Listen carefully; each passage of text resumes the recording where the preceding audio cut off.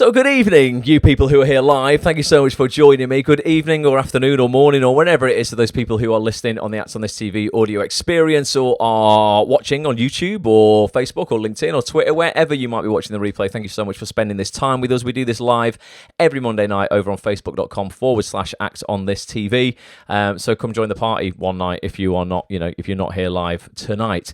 Got loads to discuss this evening. Going to be diving into so many features that are coming up for premium members of actsonthis.tv. I was just saying before we went live in the little lobby area that there's never been a better time to be a member of actsonthis.tv. There really hasn't. Over its 12-year history, there has never been a more valuable time to be part of this community than now. Like, there just hasn't ever been a better time to be part of this. So if you've been on the fence for a while, try the community out for 1 month. Give me 1 month of your time. Get involved in the live features that are coming up over the next 4 weeks, and let me show you how quickly it can change your career, your mindset, your outlook on the industry, the outlook you might have on your own potential, to whether you can succeed in this industry or not. Because so many times as well, actors have enough talent, but they lack two other things. They lack the belief in themselves to actually go out there and do it, and to get the auditions and to get the work, and to to hustle and like logistically sort of like get themselves in the mix. And then they lack the knowledge of like who to even get themselves in the mix with. So actsonthis.tv gives you all of that, basically. We're going to sort your mind out, make a paradigm shift in what you think you can and can't achieve. And then we're going to introduce you to the people who can make things happen for you. So let me know if you're here live. I would love to know in the comments, like Vicky's just joined us here. All these people who are here tonight: Zoe, Vicky, Marcus, Maya, Jason, Matthew, Alex, Josh. Let us know in the comments how your week has started. Anyone, been hustling already? Anyone got any exciting news to report? Any auditions this week? Any self-tapes coming in? Any agent meetings? Anything like that? I would love to know how your week has started. And then all I'm going to do, just for a couple of minutes, I'm going to go over to actsonthis.tv, the website. Sorry if you're listening on the audio experience, you won't see this, but if you're watching the video version of this, you will see it. I'm over on actsonthis.tv now, and I just want everyone to just be aware of what's coming up. So you see this blue bar at the, actually when you go on the website, it's not a blue bar, it's a purple bar. When you go to actsonthis.tv, you'll see this purple bar at the top of the screen. You can click this anytime you want to go over and see the live schedule of calls that are coming up. Generally speaking, we'll have anywhere between sort of 4 and 5 calls already lined up over the next few weeks. And these are live Zoom sessions that we do on a weekly basis. Members of the community can join these. You can jump on camera, have a little one-to-one with our guests, ask questions, ultimately dive inside their minds, the minds of our guests, casting directors, agents, the biggest actors in the industry, writers, producers, directors. We've got some absolutely banging guests coming up over the next sort of 5 weeks. So I'm not going to give them all away because we haven't got more than this, and we've got more podcasts on the way and stuff we've already recorded. But tomorrow night, as I record this, it's the 8th of August. So tomorrow night's the 9th of August if you're watching or listening on the replay. I'm bringing my own voiceover agents, the Voiceover Gallery, senior agent Lizzie Finch, and another agent from the Voiceover Gallery, Alex Griffiths.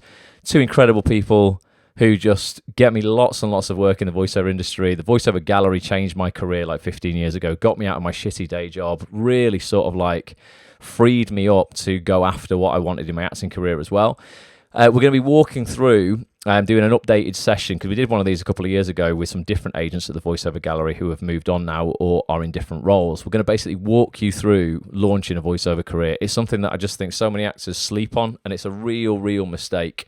There's a lot of money to be made in the voiceover industry. Actors have about 70% of the prerequisite skills required to be voiceover artists, but they don't have what I said before, those two ingredients. They don't have the belief in themselves to do it. They're like, oh, well, that's not for me, or I can see how it would work for someone else, but I hate the sound of my own voice and all this bullshit. And even if they do believe they can do it, they don't know who to actually approach in the industry, how you go about it. They don't know how to make a decent voice reel. There's a lot of crap sold to actors out there. Oh, we'll make your voice reel for £90, and they give you some dog shit voice reel that really, is not actually going to lead to work. Tomorrow night, we're going to be discussing everything, showing you examples. We're playing you examples out of voice reels, walking you through home studio setups, how to approach agents, ultimately, how to launch a voiceover career and start earning money from it as soon as possible, because that's really kind of why we're all in this industry. As much as a lot of actors are like, oh, but I love the craft and I can't see myself doing anything else, there's so much misery in our industry because of finance. And you can love your job as much as you want, but if it will not pay your rent or pay your mortgage, then you can't do it. Or you probably won't love it as much as you would do if it paid your rent, And in voiceover, without sounding crude and, talking too much about money, you can earn literally thousands of pounds an hour. Like, honestly, if you're doing a TV ad, anywhere between sometimes if you get a retainer, 125 grand a year from voicing one TV ad, you'll do more than one advert. But for that brand, you can often be given a retainer. I know quite a few actors in my own circle. I've not got one of these, unfortunately, but some better known voices, who have got car insurance commercials and stuff, and they do a year of voiceover for that car insurance commercial. So it might be, 12 adverts that are 30 seconds each, take them 1 hour a month, and they get 125,000 quid for that. So there's a lot of game-changing money and just fulfillment within the voiceover industry. A big part of it for me that I love is animation. I voice a lot of cartoons, a lot of children's stuff. I'm doing a remake of Pinocchio for the BBC at the moment. It's just so much fun. It's not stressful like acting on set can be sometimes. There's no lines to learn. There's no walking and hitting marks and talking and being all emotional. A lot of the time, it's just really good fun. Voice acting, where you're just being silly, drinking a cup of coffee, reading from scripts, getting paid very well for it. It's a beautiful industry. So that's tomorrow night, 7:30 p.m. I've got a little trailer I'm just going to play out for you, which is just to introduce you to the two agents who are going to be with us, Lizzie and Alex. They're amazing. Like I say, they're my own agents. I'm bringing on quality. I'm not just bringing on anybody. My entire career is in the hands of these people right now, and I wouldn't have it any other way. Here's just 2 minutes of what we're going to discuss. Actors, are you currently looking to launch a voiceover career? Maybe you're ready to record your first voice reel in the hope of signing with a top voiceover agent. If so, listen up, right? I want to invite you to our next actonthis.tv live Zoom session. It's taking place on Tuesday, the 9th of August at 7:30 p.m. with these absolute legends here, agents from leading voiceover agency, the Voiceover Gallery. It's Lizzie Finch and Alex Griffiths. Lizzie, Alex, thanks so much for doing this. What are we going to be covering on Tuesday night?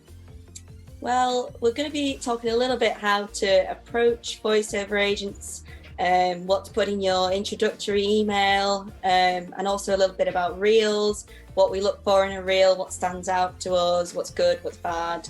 So, yeah, you're not going to want to miss it. You're not going to want to miss it. Alex, what were you going to be covering? So we're also going to be talking about the different types of work that are out there in the voiceover industry. So commercial work, narrative work, animation, the whole lot. And as well as that, we'll be talking about the fees that are involved. So how much you could be looking to earn from a bit of voiceover work. Absolutely. Everyone wants to know about the money. Honestly, voiceover changed my life financially, right? I'm going to be talking about that as well. If you want to get into voiceover, you want to join this session, you want to jump on camera, have a little one-to-one with Lizzie and Alex as well, get yourself over right now to actonthis.tv/live for full details of this session. And every single session, we do this on a weekly basis with top agents, actors, casting directors, writers, producers, directors, the biggest people in the creative industries, basically. Actonthis.tv/live for that. And then we've got about 20 seconds. So you want to take this, right? Bit of pressure. Why don't actors want to miss this session in particular? Well, actors, you've got all the skills you need already to be a voiceover. So it's just about packaging them up, and we will try our best to tell you how to do that. Honestly, these guys in the Voiceover Gallery, I swear to God, changed my life when I signed with these guys. All right, be there. If you want to launch a voiceover career, no better place. actonthis.tv/live.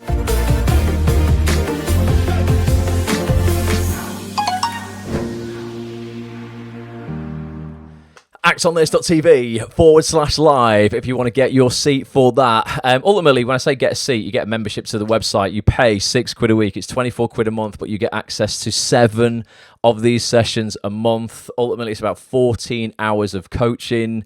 I see so many poor workshops out there that are nowhere near as valuable as this, that are like 50 quid for 2 hours. I will give you 7 from the comfort of your own home with the biggest names in the industry. Literally no better value. It just isn't. So I'm going to start just saying it as it is, basically. If you just basically want to stop wasting money and actually start learning how to make money in the industry, get a membership. It's the cheapest thing that you'll buy, and absolutely the best bang for your buck. So that's happening tomorrow, 7:30 p.m. I know a lot of people in the comments are excited about it. There's a lot of people on here tonight live who are like, I've got a voice reel, I'm looking for representation. You don't get the opportunity to talk about this direct with the people who can give you rep anywhere else. Like, no one else does this. Make sure you join that session, particularly because they're my agents. I can talk to them about anything. I can ask cheeky questions. I can say stuff that other people might be sort of nervous to ask or say to these people. I know them really, really well. They're an open book. They're dead honest, and they'll answer anything for you that you want to know about. So make sure you do come and get involved in that. Just looking at the comments that are coming through, Vicky's had a commercial for GSK. I auditioned for a commercial last week for GSK. It was for an app, Vicky. I don't know if it was for the same thing. Let me know. I don't think. Well, I didn't get it because I think they're filming it. They're filming it this week, and I didn't get it. It was an interesting one. I had to clean my teeth. That was it. I mean, that was the audition. I had an audition last week. I had to clean my teeth in the bathroom. 18 grand. I didn't get it. I don't think it'd be a lovely surprise if I got it. But yeah, wasn't. I don't think it's for me because I would have heard something by now. Rico, good to see you, mate. He says, good evening all. Been a while since I've made one of these. Hope you're all well. Hope you are too, mate. Bill Blackwood's now in the house as well. Josh met Reece Dinsdale. That was actually a good workshop. Talking about, I was slating workshops a minute ago. I saw that, Josh. Reece is an incredible guy. Reece Dinsdale. I didn't want to act on this for a Zoom session. That was actually a workshop that was worth going to. There are good workshops out there. You just really got to shop around. There's some absolute piles of crap as well. From people. Ultimately, you just got to be going and learning from people who are genuinely like can either facilitate, like they can employ you, or if you're learning from a fellow actor that they have achieved what you want to achieve. It's as simple as that. I just see a lot of people who fail in this industry set up workshops and stuff, teaching actors things or promising actors things that the people running it have never achieved themselves. It's the equivalent of going and learning how to self-tape off someone who doesn't self-tape to get jobs. Or if they self-tape to get jobs, they don't actually land jobs through self-taping. Just makes me laugh. Like, why would you learn how to do self-tapes off anybody else who doesn't actually land jobs through self-tapes? That's like going and learning how to be a joiner from a plumber. Actually, like, you might know the theory behind cutting the wood. Oh, you've got to cut it in a straight line and you've got to join it up and glue it together. Theory, yeah, we can all do that. But actually, does he do that himself? No, he's a plumber. So I don't care if it's a casting director telling you how to get your self-tape right. They don't self-tape to get jobs themselves. And unless they do, I'm not going to pay 50 quid, 100 quid to go and do a self-tape workshop with them. I just wouldn't do that. So be careful who you pay for stuff. James, how you doing? Hope you are good in the hood. Zoe, I've seen you've put a Chris Stone showreel scene out today. I haven't watched it yet, but well done on that. You should be proud of yourself. You've hustled so hard over the last few weeks and months, so good on you. Andrea met Jason Sudeikis today on set. What was he doing? What are you doing? Is he doing Ted Lasso still? What was that on? Do you know what? I'd love to get him on for an Acts on This meeting, like a Zoom session. That would be absolute kick-ass. And Alex says, yeah, I've spoken about money and stuff before in this industry. I don't care what anybody says. It is a reason why actors get into the industry. Why would you get into the industry if you didn't want to be really successful and earn loads of money out of it? If you just wanted to act, you'd be happy going and doing some amateur dramatics. And there's nothing wrong with that whatsoever. I know a lot of people who got into the industry that way and are happy being there, staying there, and they do that, for fulfillment. But there wouldn't be so many people posting about how their mental health is so bad on Twitter. All day, every day, actors do it, about how they feel like shit and how they've got no auditions, or the auditions they've got they haven't got, and they're working these shit jobs for minimum wage in a bar or Pizza Express or wherever it is, and they're losing the will to live. I don't care how much you love acting, like, you need the money, don't you? So you're not doing it just because you love acting. You're doing it because you can earn a ton of money out of it if you're really good. And you've just got to, if you are really good, stay in the game long enough for people to, to realise that and discover you. But you've got to put yourself out there. You've got to be a business. You've got to treat yourself as a business, not just as someone who loves the art. That's, it's unfortunate. Like, you really have to, because of the competition in this industry, market yourself as a real business, like you are the CEO of your company. You exactly the same way as Coca-Cola and Nike have to market themselves. We don't just hear about them by accident. It's very, very intentional, like Nike adverts, McDonald's adverts, all of these huge brands. We didn't just stumble across them. They've marketed themselves incredibly well, so we know who they are. and they offer a great product. So if you're an actor and you're great and you offer a great product, you've got to market yourself like you are the CEO of Nike. Which is a lot of the work we do at actsonthisTV, teaching actors how to do that. Alex says, do voiceover agents generally take 20% commission regardless of the type of job, or is it similar to... Yeah, it's always that, mate. Generally speaking, your voiceover agent will always take 15 or 20%, depending on the agency. There will be VAT probably included in that as well. But it's generally the same across the board. There's an exception at the Voiceover Gallery sometimes when it comes to e-learning jobs and animation, because they can often be sort of like negotiated out in bulk. So you can end up... sometimes with e-learning, I think they might take a little less because it's charged out a little less. But generally speaking, yeah, it's not like... Some acting agents will be like, 20% TV, 15% theatre, 10% radio plays and stuff like that. It's more stable kind of across the board when it's voiceover. Georgie, how are you doing? Hope you are good. Emma says, if represented by an American agent who's based in the US, will my spotlight be stunted to specific roles? What do you mean? Will my spotlight be?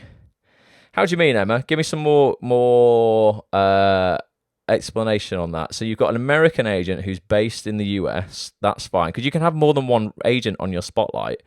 If you're in the UK, then no, you won't be boxed into only be receiving briefs from certain people. The agent would have to, generally speaking, if it goes to, or if that agent is registered with Spotlight, any briefs a casting director sends out to all agents, they have an option to send briefs out to all agents. Your agent will still get it if they're registered with Spotlight. But you can have a UK agent on there as well. If you have UK rep, you can have multiple agents. You can have your US rep, your UK rep, your UK voiceover rep. You can have multiple agents listed on your spotlight. But give me some more explanation if you need to. Right, back over to the schedule, because we've got so many calls coming up this month and next month. So tomorrow night, the Voiceover Gallery, it's going to be a special one. Be there if you want to launch a career in voiceover and earn money out of voiceover, basically. Week after that, we got actor-producer Jason Mazza back. Jason did a session with us last year, or the year before, 2 years ago, actually, on actors producing their own work. Jason has produced a lot of his own TV shows that he has also starred in as well. Stuff like Sky One's Bulletproof, Channel 5's The Drowning with Jill Halfpenny. That was a wicked drama. Really, really good. If you've not seen that, I don't know if you can catch that anywhere on like Channel 5 catch-up or something like that, if it's still available, but it was really good. He also did Twist as well, which is a 2021 remake of Charles Dickens' novel, Oliver Twist. That starred people like Michael Caine and Rita Ora. It's like a modern retelling. But Jason produced all those shows as well as being in those shows. And he's coming back to talk to us about a lot more producing, working, getting your own work ultimately commissioned and that kind of stuff. But it's also going to be talking about the future of... this is definitely the future of the industry. It's so early. I know a lot of you guys will be like, I've never either heard of this, or I don't really understand it. You will have heard of the blockchain via cryptocurrency, probably Bitcoin and Ethereum and stuff like that. But that is not what we're going to be talking about. Blockchain is just a type of technology that allows you to transact like very transparently. And we're going to be talking about the way we see the blockchain affecting the TV and film industry moving forward. It will have a massive impact, particularly on those people who want to produce their own work and want to fund it via the blockchain and via their audience effectively buying and investing through the blockchain in their projects. We're going to try to break it down very, very simply. Even if it's not something you're going to go forward and use necessarily straight away, I think if you don't know that this is coming, you're going to be left behind. I think it's to everyone's advantage to know how this industry is going to change. So we're going to be talking to Jason all about that. He's the only actor, bar myself, I see sort of like dabbling in this area and really sort of diving under the hood of it. So we're going to be talking to Jason on Thursday, the 18th of August. I'll put a trailer out for that at some point in the next sort of week or so. The week after that, we've got Chris Stone, in my opinion, the best showreel producer in the country, back for the Q3 Showreel Surgery live session. This is where we play out 5 Act on This member showreels. Chris critiques them, breaks them down, on. Ultimately gives you advice on how to make them better so they have a bigger impact with the casting directors and the agents you're sending them to. If you're a member of actsonthis.tv, you can throw your show reel into the hat via a form that I will email everybody, a Google form, and we will pick 5 out at random. Chris will play them out on the night, and then he'll, perform his surgery on them, give you some advice on how to make them better. Week after that is taking us into September. The Chris is the 1st of September. Week after that, 6th of September, BAFTA-winning casting director Aisha Bywaters is back in the house. There she is with her BAFTA. Won the 2022 BAFTA for scripted casting for the brilliant Channel 4's We Are Lady parts. It was a really, really cool comedy. She spoke about on the last session we did with her, actually. But obviously it hadn't even aired. It hadn't even played out at that point. She just sort of cast it and it was in production. Won the BAFTA for that. Going to be diving into Aisha's casting process, learning exactly how you can get onto her radar. Ultimately, how you can be considered for the projects that Aisha's casting. She's been casting some wicked stuff lately. Rowan Atkinson's Man vs. Bee on Netflix, if you saw that. An upcoming Channel 4 drama, a religious comedy, great sounding comedy called Everyone Else Burns, and an ITV family drama called Riches as well. So she's just casting some of the biggest stuff in TV right now, and you're going to want to get on her radar. Week after that, we've got BBC casting director Roland Beckley in the house. He's the casting director for Casualty, just on Silent Witness as well. He's an in-house casting director at the BBC, so that's the 15th of September. So it's the first time Roland's been on actsonthis.tv. He's one of the nicest guys in casting, though. Real champion of new talent, people who are looking for their first jobs, and just genuinely gives a shit. He really cares about this industry and his job. Like, he really is enthusiastic about discovering people and getting to know, actually genuinely taking an interest in people he doesn't know. I've not met anybody quite like him, to be honest. So that's going to be a cracking session, the 15th of September. In between these live sessions, we're going to pepper it with some premium podcasts for members of actsonthis.tv. We've got one coming up with 7 times BAFTA-winning producer Nicola Schindler. Also got one coming up with TV director Matt Holt. Honestly, guys, there's just never been a better time to be a member. If you want to get a seat to get access to all of those features for 24 quid, actonthis.tv/live. Go and get a membership. You'll get access to nearly all of that. I think that's probably just across slightly more than a month maybe, but get a month's membership. You'll want to stay. I promise you. I get texts and emails and tweets all day long from actors who are like, why have I not signed up before now? It always happens. In fact, I bet if I go over to Twitter, I got one today, just to show you I'm not bullshitting. Let me have a look here. I'm sure I got one. Before of somebody called Nikki who just joined. Where is it? It's got to be here somewhere. Let's have a look. I'm not making it up, I promise you. There it is. Look at that. Not making it up. Let me just share this screen with you. There you go. Why has it taken me this long to sign up to Acts on This TV? The stuff I've learned in a single day of binging the content on their website is insane. Georgie's here tonight. Thanks for the comment underneath that as well. But honestly, it's brilliant. Welcome to the community. And Nikki says, thank you. Happy to finally understand what all the hype was about. So I'm not lying to you, basically. Literally the best value you'll find in the industry, full stop. So do come and get involved. So before tomorrow night's session, I'm going to look through the comments now.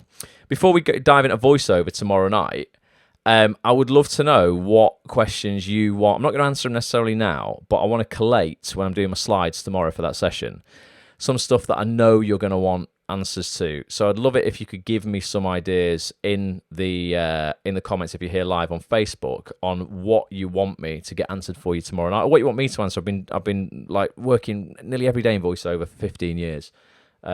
Look, got microphones just lay around all over my desk. I'll be doing some stuff today.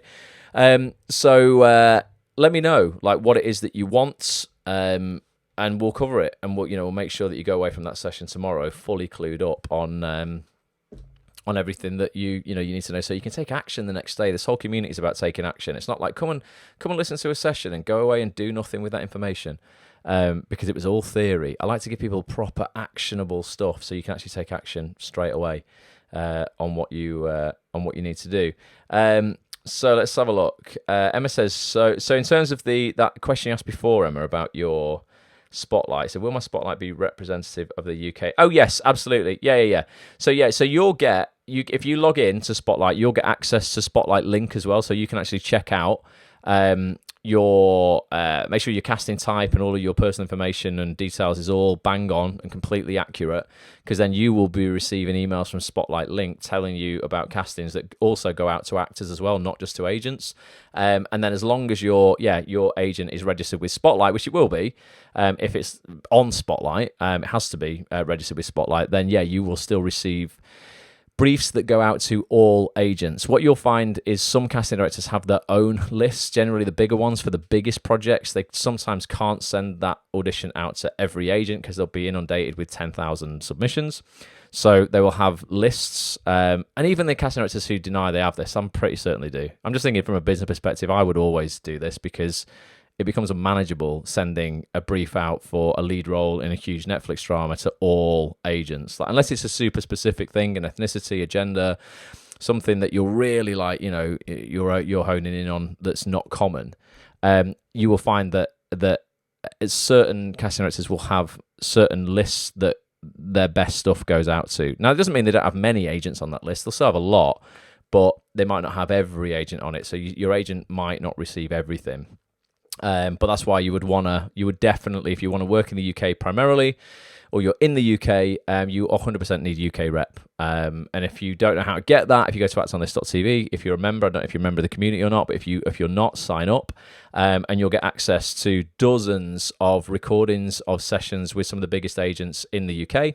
And we walk through exactly how to sign with them. You know, they're agents from United, Curtis Brown, Independent. Oh no, Curtis Brown aren't on yet. They're coming on, but Independent agents have been on, United agents, and we've got a lot of agents from some great London boutique agencies like Felix de Wolf, like Bloomfields Welsh, some great Northern agents we've had on recently. In fact, just last week, if I go over to Acts on this TV again, I'll play a little trailer out in a second.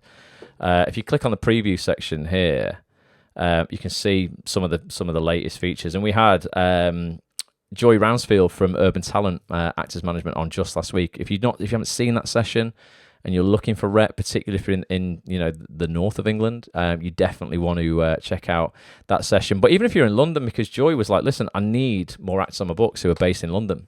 So if you're a London actor looking for rep, then you want to get in touch with Joy as well. If you watch that session in the members area, we talk so openly and honestly about how you do that. In fact, let me just play you the smash up. There's just 2 minutes of what we spoke about last week. The full replay of this, if you haven't seen it, is in the members area right now. You can unlock it instantly by getting a membership. Agents at one of Manchester's leading acting agencies. It's Joy Ransfield from Urban Talent Actors Management. Joy, welcome to Acts on This. How are you? Hello, I'm good, thank you. How did you get into this industry, Joy? Where did it all begin for you, and how did you end up being an agent? It was never a question that I was going to be in this industry. It's just everything that I've always loved. I was promoted to agent at Urban Talent in 2019, and then 3 years later, we're doing well. Within Urban Talent, we've got yourself, who's kind of like the lead agent within Urban. Julie, you work with as well, and then Nigel Martin Smith, known for finding and putting together Take That back in the day. What would you say was your taste in actors, I guess? It's who are you, and do I feel like you're somebody that I gel with just on a personal level? Because that's key for me, really. It's massive, I've got to gel. It's huge. I've chosen 4 clients, all at very different points in their careers. How did Vicky end up signing with you, and how do you manage someone who's so well known for one role? Now, we've asked these questions to a few agents who have been on here, but I want to ask them again because your answers are going to be specific for you. If I see someone like me already on your list, should I still apply? I might answer it in a different way to other people, but yes. If I don't have a show reel, we've covered this really, but can I send you a self-tape or a recent audition? People who are not on Spotlight, how do you feel about that? Are you going to help them get on it? Would you still, consider repping them? I'm wondering whether you're interested in London-based actors. Yes. Okay. For me, and I really, really mean this, base doesn't mean anything. It really, really doesn't. You were saying that you've had a lot of tapes at the moment, but you're not booking them. Any advice for that? How many auditions do you expect an actor to get every month? Your agent, if you've got a good one, is on your side, and we want you desperately to do well. We want to see you win.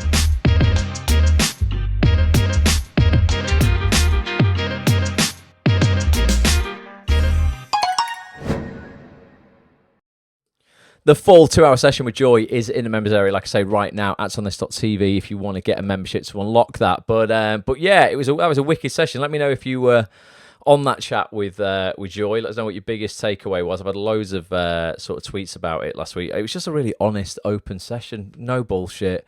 Just straight to the point. Answered all the questions that, actors need the answers to. And I'm sure a lot of people in the community will have already approached Joy for rep. She's probably been inundated already. It's only Monday since that session.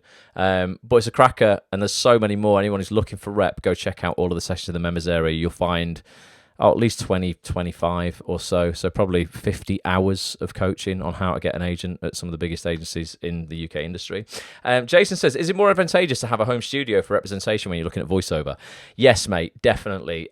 Prior to the last couple of years, with what happened to the world, I'd never had a home studio before. I'd always, for 13 years before that, every job, because I'm quite local to where the studios are in Manchester in the city centre, I'd always worked at the big studios in the city centre or at Media City.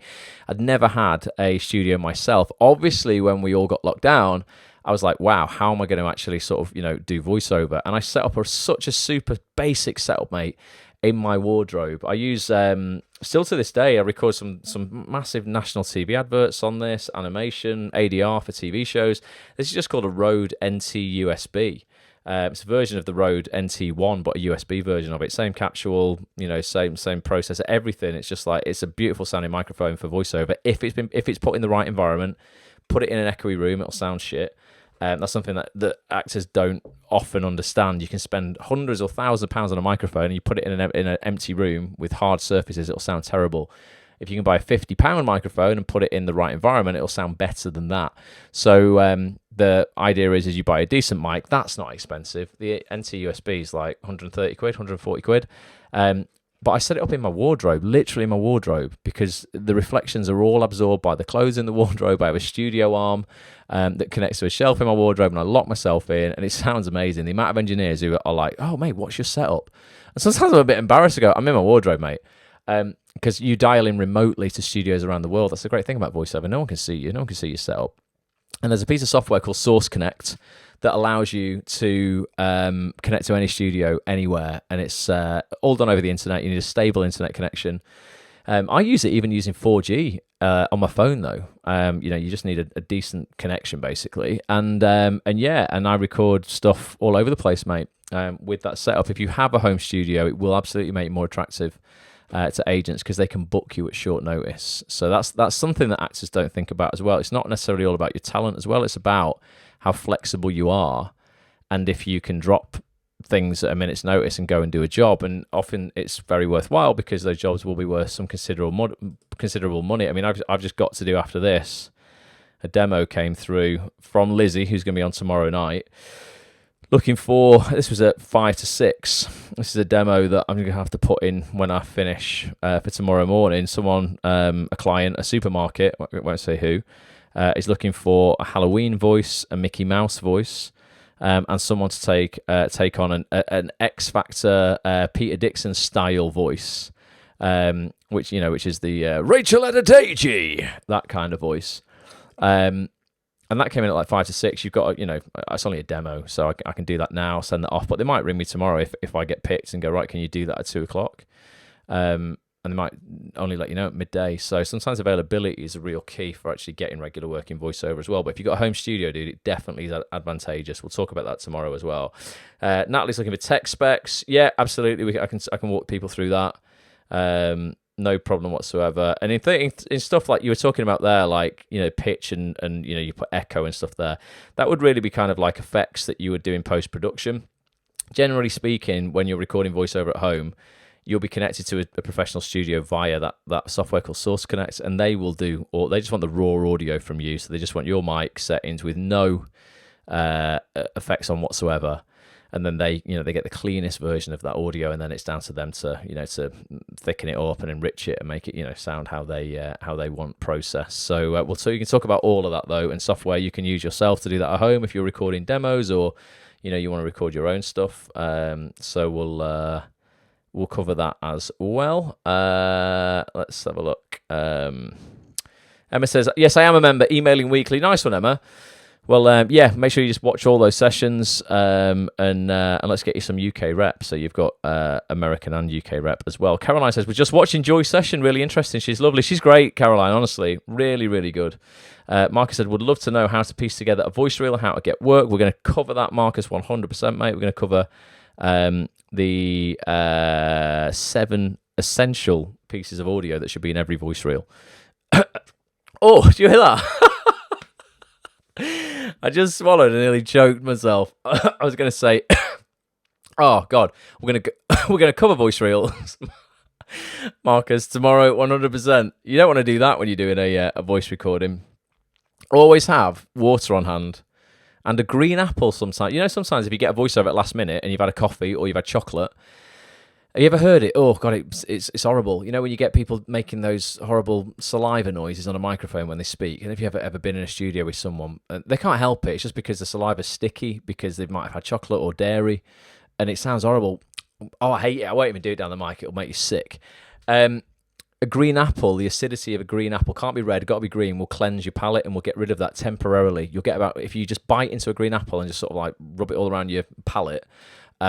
The acidity of a green apple will wipe out all that sticky saliva for about 20 minutes. So if you're ever struggling with that, that's a little insider tip. Nick says, I'm trying to set up a proper studio, but the sound quality isn't great at the mo. That'll be your environment, mate. That absolutely will be your environment. So yeah, you can, one thing you can buy if you've not got a decent sort of like wardrobe or, like a makeshift kind of thing like that, without spending too much money, is they're effectively just like big square boxes, not huge, but you can stick your microphone in it and then you can stick your head in it.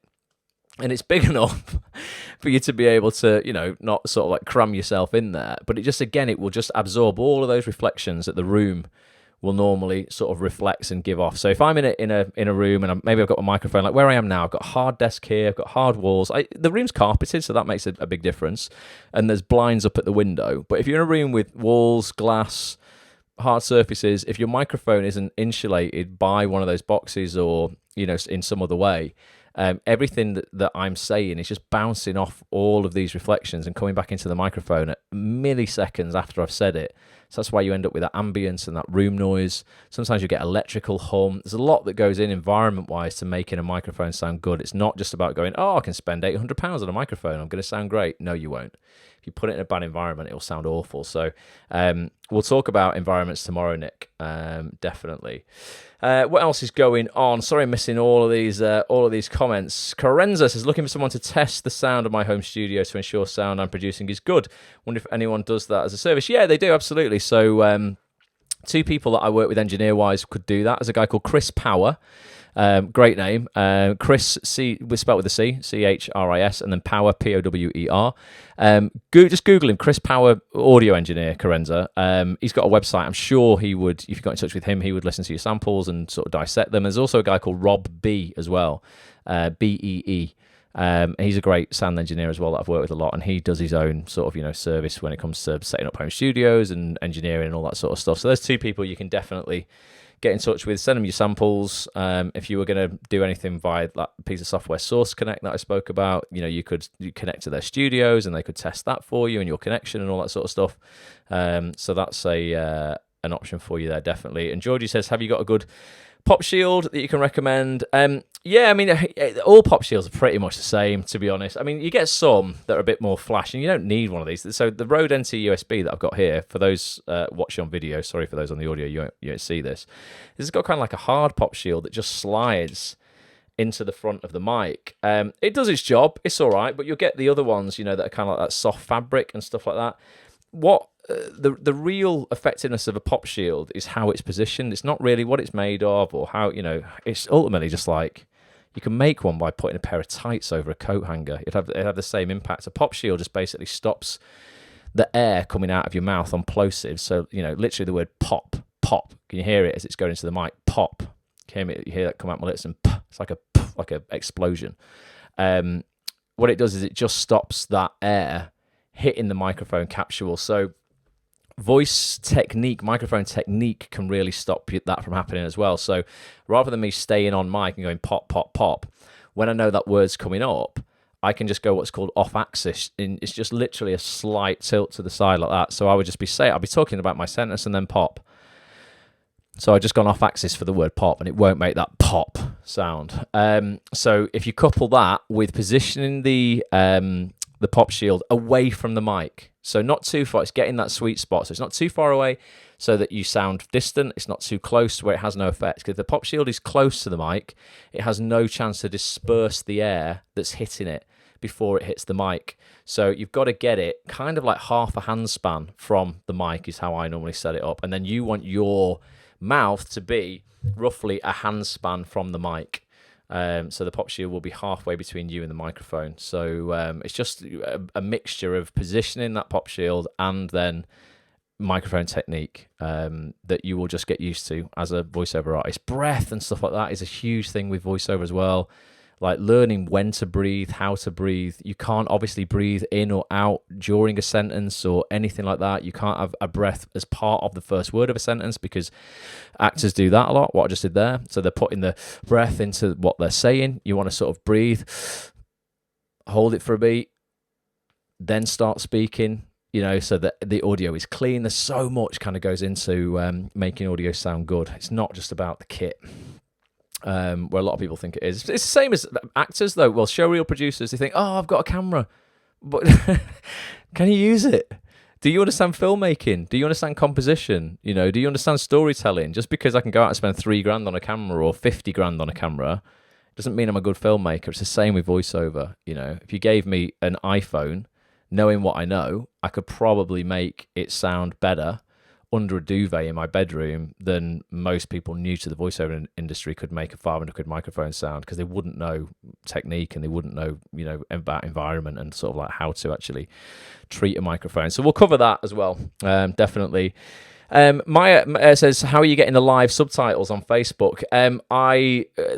I've just requested them. Basically, there was one, Julie, I don't know if she's here, Julie Field, I think her name is, a deaf actress who was joining our live sessions on a Monday night, and it was really frustrating for her because, Julie, I don't know if you're here, but I know Julie can lip read, but my microphone, because it's so directional, I have to be really on mic. This is a podcasting microphone, so I have to be really close to it for you guys to hear me well. It was covering my mouth, so Julie couldn't read my lips. And I didn't know that Facebook could even do this, could do accurate as well. These subtitles are quite accurate that are happening live. This feed is going out now about 15 to 20 seconds with a delay. And as the audio is hitting Facebook, it's decoding it, giving it live subtitles from a computer. No one's sat there typing them. But they are really quite accurate, and yeah, I just reached out to support. I don't know if they've turned it on or if every person who does live, I think everybody now they just probably rolled it out to everybody. It just happens to be coincidence, but I think everybody who live streams should probably get live subtitles now, I'd imagine, which is great for accessibility. But yeah, whether it was anything whether I had anything to do with it or not, I don't know. It just happened over about a 3-week period where I was, I just sent one message to support. But I don't know if it was that or if it was just, sometimes Facebook just rolls out features gradually. I'd seen it on some other people's videos, you see, so I don't know if I just hadn't had it activated at that point. But there we go. Right, let's have a look. We've covered pop shields. That's all good. I think we've covered most of the voiceover questions for this evening. We've got 5 minutes left before I'm going to play out a classic clip from the archives. I like doing that now. I'm picking out like a classic piece of micro content from one of the sessions that we've done previously over the last sort of 2 years. A lot of those sessions, well, everything I play out, the main session for that piece of micro content is still in the members area. So it's still available to people, because I think there's a lot in the archives that new members might not have dug into. And I get it, because I think people sign up to Acts on This and they see so much content in the members area.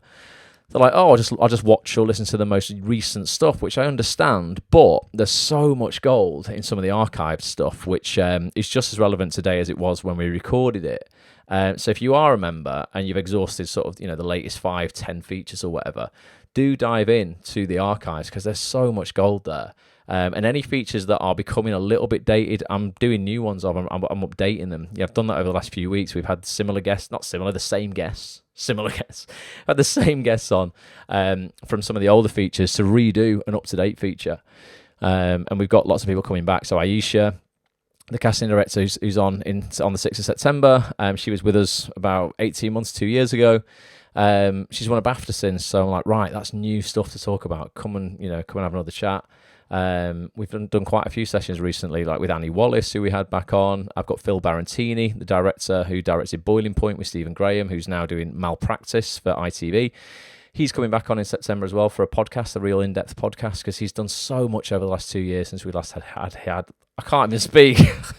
It's doing it again. I was going, ha, ha. I'm not drunk. I promise you I'm not drunk. Since we last had Phil on. So yeah, I'm trying to sort of update the stuff that needs updating, but there's still so much stuff in the members area that's just as relevant today. Corinda says also looking for someone to test. Oh no, we've done that. Looking for stuff to test. Say Chris Power or Rob B are very, very good. Let's have a look. How do you access the archives? Are they just further down? So yeah, let me show you. So when I say archives, they're not like locked away or anything like that. I just mean stuff from the past. So yeah, all you do is when you log into the members area, you click members area, you go into your premium membership, which is the purple one there. And then generally speaking, on page 1, you'll see the first 10 features in each section. So you'll see our latest 5 features at the top.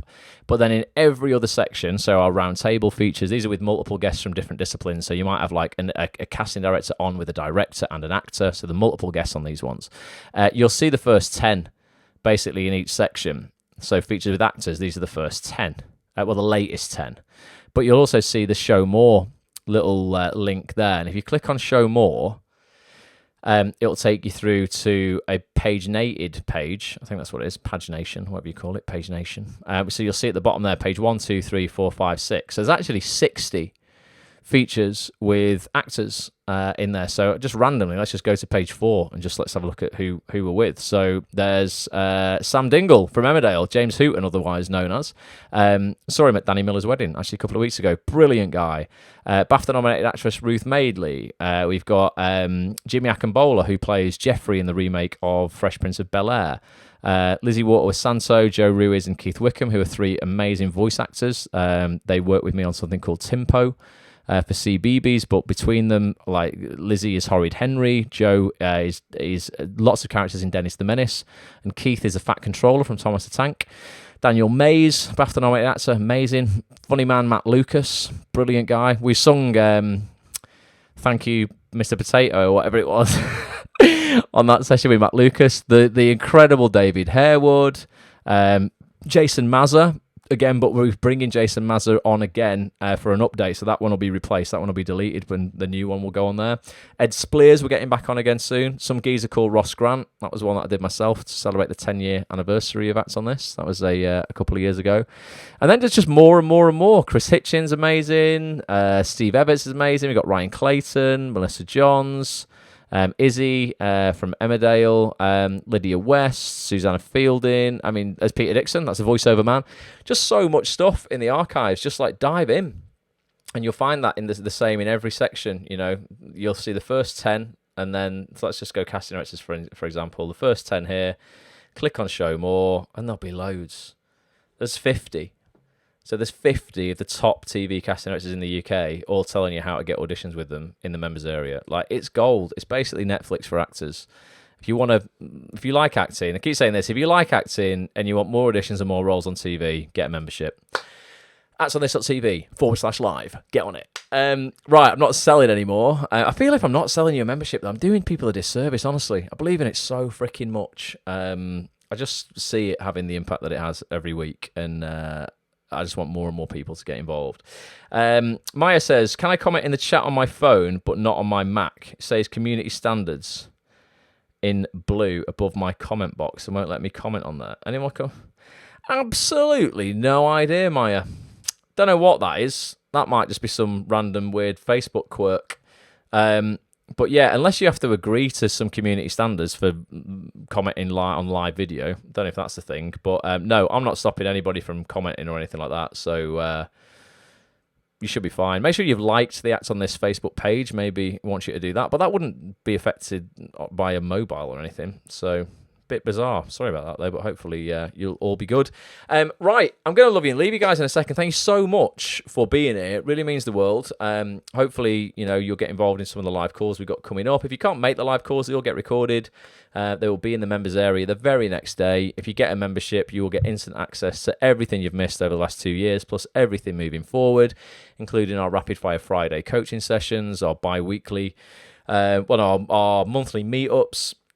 We have Rapid Fire Fridays, our weekly coaching sessions with our main guests, a monthly podcast, the app, the Android and iPhone app. I mean, there's just so much going on Acts on This. So do come and get involved. But I'm going to play a piece of content out in a second, just to finish. Have I got anything else that I want to put out? I've played the mashup from Joy that people might have missed last week. I played the teaser out for the Voiceover Gallery that's happening tomorrow night. Come and get involved in that. And yeah, I've got a piece of content here from Stephen Graham and his wife Hannah Walters. I did a great roundtable chat with Hannah and Stephen and a director called Lewis Arnold and his editor Sasha Spark. Some other actors and a producer, Tom Sherry, and some other actors from BBC's Time. BAFTA-winning drama, brilliant. Starred Sean Bean, Stephen Graham, was just wonderful. Really, really great prison drama. If you've not seen it, definitely go and watch it. And we were talking to everyone for a couple of hours on that chat, but I wanted to talk about using real life experiences and emotional recall in your life. Shit you've been through that it can really help you as an actor in an audition if you've got to get upset about something. Probably unresolved trauma in your life. To be honest, that you can think about and actually genuinely get upset about, but you can use it in your work. I wanted to talk to Stephen and Hannah about that and about using it safely, though. So it's kind of like, in a way, I think for me in my own life, there's been parts of me that I've gone, hang on a second, this is really the emotion I have around this event in my real life. When I think about it, I can really use the power of that to bring emotion to my work. And in a way, it was almost a bit of a double-edged sword, because on one hand, I really wanted to heal from that experience. I didn't want to keep, reliving it and being miserable about it. But on the other hand, I was like, fuck, it's so useful for my work. There's real benefit in not healing it fully. And I know that sounds mental, but I don't know. Let me know just in the comments if I'm not absolutely mental, and if you've ever experienced that yourself. Maybe you've been through absolute heartbreak. And if you ever had to do a scene around heartbreak, you can really take yourself back to that moment where you felt your heart was being ripped out your chest, and you're like, oh my God, but this is so good for my performance. But then as time goes on, you almost heal from it, and then you're like, oh no, thinking about it now doesn't upset me as much. Shit, don't let go of the... It sounds so sadistic. Don't let go of the pain. I need the pain to bring to my work.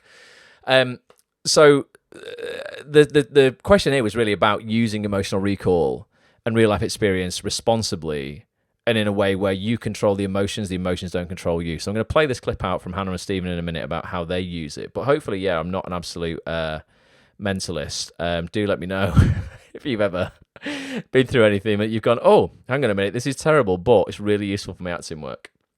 Let me know. In fact, I'm going to see if anyone is backing me up in the comments here. Oh, Zoe, this is probably a deep one. She says, I remember losing my granddad to cancer, and 3 weeks later I had a monologue about cancer. Wow. And it was some of the best work I've ever done. It's crazy, isn't it? It's absolutely crazy. And you certainly don't want to, obviously, you're not saying to yourself, oh, I want to stay in this place of pain and sorrow. But sometimes it's really useful. So for me, I was like, that quandary of going, how can I kind of hold on to this and still heal from it, but still have access to it, have an emotional access to it when I need it and when it will serve me, as opposed to me serving the emotions. Because most people serve their emotions. They don't master their emotions so that their emotions serve them. And it's that quandary I find in acting all the time, going, how do I get the balance between my own shit, like using it wisely in my work, but still actually being happy in my actual life? Dawn says, great to draw on emotional memories. Stanislavski says, Dawn, yeah, absolutely. It's just getting that, as I say, getting that control. So I'm going to play this clip out, Let me know what you think. If you've been watching on the replay, please leave me a comment to say that you're watching on the replay. Just leave a hashtag replay or whatever. Let me know your takeaways. If you're watching on Twitter, give this a retweet. That would mean the world. Everyone who's here live, you're all amazing. Thank you so much for spending this time with me. And hopefully I'll see some of you guys on the session tomorrow night for members of ActsOnThis.tv with my agents at the Voiceover Gallery. Two people, well, the Voiceover Gallery themselves, over the last 15 years, there's been lots of agents there, but an agency that absolutely transformed my life. Really did. Huge shout out to Mary Lou Thistleton-Smith is her name, the founder and CEO of the Voiceover Gallery. I owe an incredible amount to her. Mary Lou, you're probably not watching. You'll never watch, but if you ever do, thanks very much. She's great, and voiceover in the industry, I've met so many incredible people over the last 15 years. Like, I hope, there might be one actor who watches this, and it just inspires you to actually go, you know what, fuck it, I'm gonna actually, take voiceover seriously. And I really hope it does for you what it's done for me. I wouldn't be doing this had I not got into voiceover, because I wouldn't have had time to establish this community. I would have still probably been working for many more years. Hopefully I'd have been established as an actor by now anyway, but I'd have definitely worked for many, many more years in a minimum wage retail job. I'd already done 11 years in retail. I couldn't take much more. Voiceover got me out of that. So I really hope, it can help people, escape their mundane jobs as well. But until then, I'm going to play this piece out from Stephen and Hannah. The full session for this is in the members area as well on ActsOnThis.tv. You can also go to ActsOnThis.tv/time if you want to check this session out as well. If you want a little sort of freebie from Acts on This, so you can watch a full session before getting a membership. ActsOnThis.tv/time. And I'll see you guys tomorrow night or next week or whenever. Let me know if I can do anything for you. Tweet me at ActsOnThisTV. At Ross A. Grant. Love to you all. Have an amazing week. Go out there this week. Ask for what you want. You deserve it. I'll see you next time. Bye for now. He said, sometimes I feel really guilty about, in inverted commas, using these experiences that were so tragic in my life in my work. And also he has a fear that if he uses them so often, he'll become numb to them and they'll stop working. Of course, you've got to pull on your own experiences. You have to. It's there for you. You should need to be able to use it. It's important to be able to use it. It's important to know when to stop using it in the same sense as well. But if you can tap into those experiences and emotions that you felt to help your character, to help get your character to those points, then absolutely you should use them. But it's equally as important to the minute you've done it to snap out of it. You have to have an understanding of it to be able to get you into a certain point or a certain place. There's times in our life where we all may think, or we may use, like you say, for emotional recall. But that's the tap of it then. And then you use what's happening in the scene to let you to be affected by what's happened in the scene. Because otherwise you're playing yourself, you're playing emotions from you. Emotion that you've got from back then. Rather than, you're not being in the moment. You're right. It's bringing it back to that being in the moment, isn't it? Yeah. So in that respect, all you should be doing in that emotional memory recall, my understanding of it is to think about it and allow it to be that thing that begins to, it's like lighting a fireworks, you know what I mean? It's that initial spark of like, oh shit, yeah, I remember, oh, that was horrible, that, wasn't it? Oh, okay, now let's go and see what happens in this scene. Yeah. And then in that respect, it's not yours, do you know what I mean? It's not your feelings, they're not your emotions, then they're emotions that are embellished on you as the character. They're not Stephen. It's not Stephen when he lost his nana, do you know what I mean, at the age of 14. Yeah. Because that's in there somewhere, and occasionally that goes off. But I'm not going to use that every single time I need to get upset, do you know what I mean? Because then it'll be a 14-year-old creation of me being upset with that, do you know what I mean? But also then you need to keep that for you. For me, yeah, that's mine. That's what makes me, that's the essence of me. Yeah. Whereas I need to find out what happens in that moment with that character in order for that to be true there and then.